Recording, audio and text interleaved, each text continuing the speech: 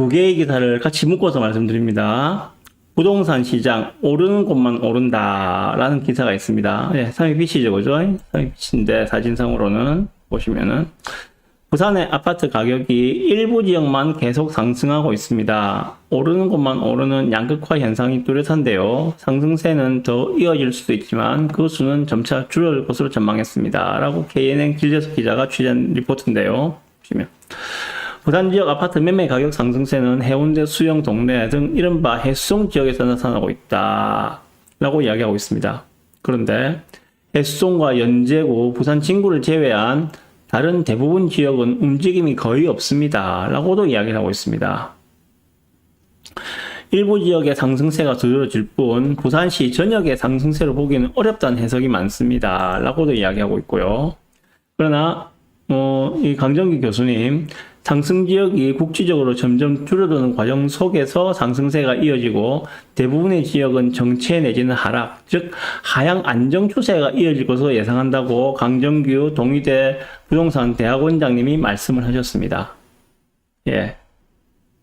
이게 언제 기사인가 하면은 보시면은 2020년도 10월달 기사입니다. 2020년도 10월달 기사. 이어서 보실 거. 자, 오를 곳만 오르는 부동산 시장 양극화 심화라는 기사입니다. 요거는 2024년 7월 2일자 어제자 기사입니다. 부산 부동산 시장은 거래량이 급감하는 등 침체기를 겪고 있는데요. 서울과 수도권 지역 중심으로 부동산 시장이 들썩이면서 부산도 시장이 활력을 찾을 수 있을까 기대도 커지고 있습니다. 라고도 이야기하고 있습니다. 3분기 부산 부동산 시장 전망과 심화하는 양극화를 해소할 수 있는 방법이 있을지 짚어봅니다.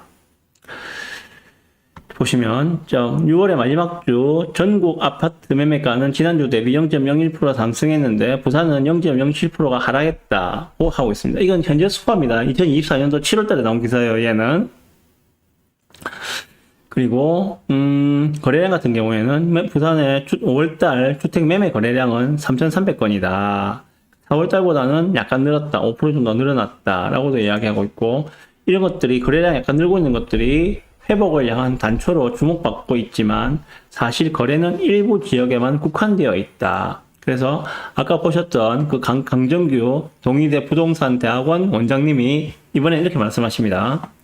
현재 침체된 모습보다는 하반기 이후로 갈수록 부동산 시장이 회복하는 지역이 나타날 수 있지만 하지만 그 회복 속도와 격차는 우리 부산 지역 내에서도 상당한 차이를 나타낼 것이다 라고 이야기하고 있습니다. 주거 선호도가 높은 지역만 가격이 오르고 거래되는 양극화 현상이 나타나고 있다는 이야기. 자, 무슨 말씀을 드리고 싶은가 하면은 지금 부산 지역, 이건 전국구 뉴스라기보다 이거는 그 전국구 뉴스를 가장한 부산 불견 뉴스죠, 그죠? 예. 지금 일단 부산은 그 상급지 중심으로 해운대, 수영, 동래, 남구 이쪽 중심으로 지금 약간 꿈틀꿈틀하는 모습을 보인다는 것들은 알고 계실 거예요, 그죠? 예. 다른 지역은 지금 꿈쩍도 않고 있다. 이런 이야기들이고, 그러면은 이 기사하고 부산 부동산 시장 오르는 곳만 오른다. 이거는 2020년도 10월달 기사입니다. 2020년도 10월달 기사. 예. 거의 비슷한 내용이지 않습니까? 비슷한 내용이 지금 4년 전에도, 딱 4년 전이거든요. 그죠? 4년 전에도 이렇게 기사가 나왔어요. 이때 2020년도 10월 달이면 어떤 때인가 하면은 부산이 조정 지역에서 딱 풀리고 막 상승을 시작하려던 그때입니다. 2020년도 10월 달이면요. 근데 그 이후에 어떻게 됐습니까? 이 이후에. 예. 여기서 우리 부동산 전문가라고 이야기하시는 강정기 교수님은, 하향 안정 추세가 이어질 것으로 예상을 했습니다. 그런데 2021년도에 어떻게 되었습니까? 다들 아시죠, 그죠? 부산 전 지역이 급등을 했잖아요. 그 당시에는 심지어 계집도 오른다고는 시절이었습니다. 2021년도. 진짜 자고 일어나면 1,000만 원씩 오르던 시절. 그때였거든요. 삼익비치가, 현재 10억 하고 있는 그 삼익비치가 32평짜리가 16억 하던 시절이었습니다. 예. 지금도 이 기사에서는 이건 2024년 기사인데 똑같은 이야기하고 있죠. 오를 곳만 오르는 부동산 시장, 양극화가 심화될 것이다. 예. 똑같은 이야기 하고 있죠. 그죠? 오르는 거면 오른다고. 예. 그럼 그렇게 이야기하겠죠. 그때랑 지금은 틀리지 않느냐. 그때는 초저금리였고, 지금은 초고금리지 않느냐. 예, 그 말은 맞습니다. 그런데 그때는 2020년도, 2021년도는 어떤 때였습니까? 코로나 팬데믹이었죠. 그죠? 코로나 팬데믹으로 경기가 완전히 막, 예, 바닥으로 자영업자를 죽어나가는 그러한 시절이었고, 경기가 극도로 안 좋은 시절이었죠. 예. 그러한 시절에 초저금리를 바탕으로 유동성의 힘으로 밀어 올린 그러한 상승세, 그런 상승상이 2021년도에 이어졌고, 2022년부터, 예, 미국이 금리를 급격하게 인상시키면서 갑자기 또 폭락장으로 돌변을 했죠. 그죠? 고금리를 바뀌면서 폭락장으로 돌변을 했었죠. 예. 그 고금리가 지금까지도 계속 유지가 되고 있는 상황입니다. 자, 그러면 또 그런 생각을 들 수 있겠죠. 아니, 금리가 서울은 저금리이고 부산은 고금리인가? 금리는 전국 공통으로 다 똑같이 적용되잖아요. 그죠?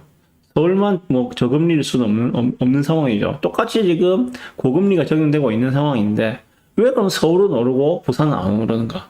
네. 여러 가지 생각을 보면 많거든요. 예. 서울은 지금 불장이라는 것은 다들 알고 계실 겁니다. 자, 그러면은 이 양극화라고 하는 것들은 저 일정 부분 동의하는데, 자, 서울 수도권과 부산 그리고 지방의 양극화, 그리고 부산 내에서는 해수동과 서부 상권의 양극화, 예, 이렇게 좀 양극화를 갖다 구분해서 볼 필요가 있지 않겠는가라고 생각이 듭니다. 전국적인 큰 틀에서는 서울 수도권과 그 제외한 나머지 지역, 부산을 포함한 지방의 양극화, 그리고 부산으로 한정해서 본다면 뭐 해수동남과 그 나머지 지역의 양극화, 이렇게 양극화가 나타나는 것들을 보실 수 있을 거라 생각이 듭니다. 예. 그런데 이 양극화가 심화되고 있다는 것들은, 예, 지금은 맞는 이야기일 수 있습니다. 그렇지만은, 그렇게 맹신은 하지 말자. 제가 몇 번 말씀드렸지만은, 양극화가 나타나는 이유는 현재 시장이 실거주장이기 때문이라고 말씀드렸습니다. 실거주장이기 때문에 양극화가 나타날 수밖에 없다. 왜? 가장 선호하는 것을, 가장 똘똘한 것을 선호하기 때문에, 그쪽으로 수요가 몰리기 때문에 양극화가 나타난다. 그것이 입지적으로 그렇고 상품적인 면에서도 그렇다라고 말씀을 드렸어요. 자, 그런데 그 뒤에는 어떻게 되는가 그러면은, 그 뒤에는 어떻게 되는가? 똑같은 기사가 오르는 것만 오른다는 기사가 2020년도 10월 달에 나왔는데 2021년도 어떻게 되었습니까? 예. 정말 부산 전 지역이 다 오르는, 예, 계집도 오르는 그런 시절이 왔다는 것들이죠. 무슨 말인가? 결국 그거면, 그 말은. 투자 수요가 들어온다는 것들이에요. 투자 수요가. 예, 투자 수요가 들어오면은, 많이 올라버린 상급지보다는 덜 오른, 그리고 앞으로 더 오를 중급지를 찾는 게 일반적인 우리 투자자들의 특징이거든요. 많이 올라버린 상급지는 투자자들은 진입 안 합니다. 왜? 투자자금이 많이 들기 때문에.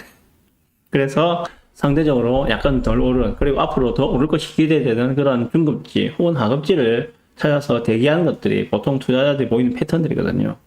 그렇게 된다면 결국은 상급지가 오르고 중급지가 오르고 하급지가 오르는 그런 모습들이 나타나게 되겠죠. 예를 들면 그런 겁니다. 자, 상급지가 10억이에요. 중급지가 7억입니다. 하급지가 4억이에요. 예를 들어서, 자, 그러면은 10억에 이제 실거주장에서 10억짜리 상급지가 쭉쭉쭉 오르지만은 12억이 돼버렸어요. 12억이 되었습니다. 그러면은 중급지는 하고 이전에 상급지가 10억일 때 중급지 7억이면은 차이가 3억밖에 안 났는데 상급지가 12억이 되어버리니까 이제 중급지하고 차이가 5억이 나게 되는 거예요. 그럼 중급지가 싸 보이는 효과가 나타나는 것들이죠. 그럼 중급지 7억이 싸 보이니까 이게 또 쭉쭉쭉 올라가는 거예요. 뭐 8억 5천까지 올라간다고 봅시다. 예를 들어서 20% 올랐다고 봅시다. 8억 5천이 되었어요. 그럼 이전에 하급지가 4억 할 때 중급지 7억과의 갭 차이가 3억이었는데 이젠 8억 5천이 되어버리니까는 4억 5천이 되어버리는 거예요. 그럼 하급지도 따라 올라가는 것들이죠. 왜? 싸 보이니까. 예.